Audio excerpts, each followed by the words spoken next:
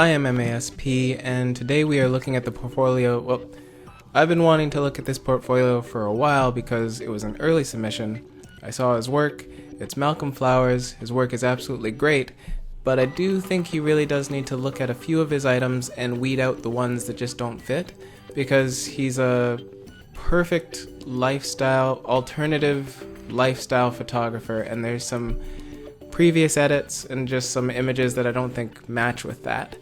So I'm actually going to start off with the bad, well, not bad, with the not as good, and move on to the great, I think is the way that we'll do it today. And also in the link below, someplace in that commentary section, you'll find a link to his Model Mayhem page, and from there you can get to Instagram and Facebook and all of that good stuff. But that's enough of that. So first image. I like what you're going for with the concept, but just the overall mood of it is kind of snapshotty. So compared to what we're going to be showing of your work, I don't think this really fits in terms of the level that you're producing. Now you make work that I think is just above and beyond, and we just want to focus more on that type of image. An example of another image that I would say you could pull from your portfolio now would be this. I do see what you're going for with the prop of the bottle, and it's cool. I'm not usually a big fan of watermarks, but that's you don't want people lifting your stuff. I completely get that. But editing wise, losing all of the detail in the face with the dodging, burning type of work that you're doing there, I think is something that you don't do in your later work, and it just kind of shows that there's a separation between what you were doing and what you are doing. So you have a very pale face with a normal toned body, and because the two things are showing at the same time, it really stands out. So this would be another one that I would draw out of there. For the same reasons, kind of this image as well. Just a little bit harsh on the blending of that dodge and burn work. We have blacks that kind of just turn into meldy blacks, and then hot spots across the dodge and burn work for the face. I'm not sure if that is the lighting or if that is just the post-processing, but the end image shows it as being kind of burnt out, especially in areas like right there along the neck. So another image I would pull. Here, this is a really great picture, and you're showing like what you can do now as your post-processing work, which is really good. But the only thing that I would like to change about it is the perspective distortion, which makes her have tiny little legs, and everything else is really great. So either the image not so much a keeper, or if it was just kind of reframed so that you didn't see so much of the issues due to perspective distortion, I think that would be a great way to go. But as is, I would say still not up to the level of what you're doing. And then this is super picky because I think this is a great image, but I think the magenta cast that's brought in post just gets a little bit too blotchy in certain areas. That's just the way that reds work when you're doing it in post. So we have a lot of spottedness that might be difficult to see on a YouTube compression. I realize that now, but trust me, or just go to his site and then you can see it for yourself. A little bit on the patchy side. I really like the image though. I could see why you would keep it, but I would say just get as picky about your own work as you can get.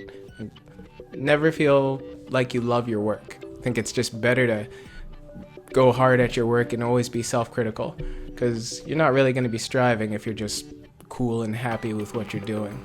Although I think most people, if they were doing what you were doing, would be cool and happy with what they're doing. But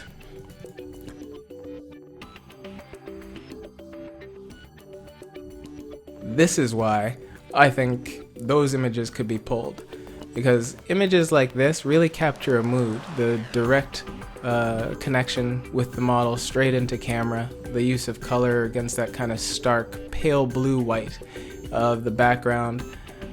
Really, really nice, beautiful image. Little bit on the playful side. Oh, do I really need to blur that out? I don't know if I need to blur that out. Maybe I'll probably blur it out. But really, I think the most important thing about your pictures aren't whether they're in a studio or they're outside of a studio. It's that you really get a great connection with your models. Things are playful. They still have that kind of edgy alternative side to them. Always kind of on the sexy side of things. It kind of just happens again and again, but that just means you've got it down. I really like what you're doing in terms of You found a niche that you are extremely good at, and I think this is what your portfolio should be. It just should be a series of images that explores these types of models. I do have a male model at the end of this one that I really thought was a sharp one. Just your post is great.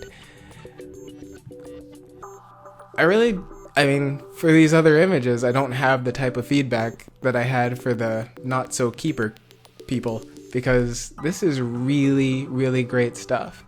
You're getting moments, and that's something that a lot of people overlook. A lot of us will just kind of focus in on the details of how sharp is this or what camera is that, and you are getting straight to what really matters. I like that low contrast work here. That's just a really nice mood, and you're able to swing back and forth between high, low contrast work and not make it seem cheap or cheesy.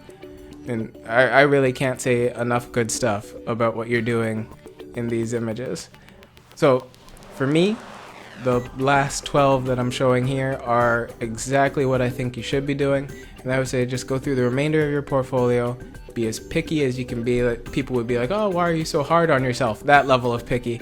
Because if you just take the stuff that is your absolute A1 best, I can't think of any reason why somebody wouldn't want to hire you tomorrow to do this type of job.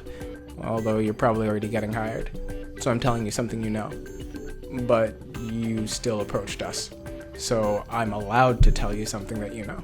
And everybody, make sure you go down to that link and find him and just praise him on his sites and blogs or whatever it is he has, because he really is fantastic. Thank you so much for submitting your work.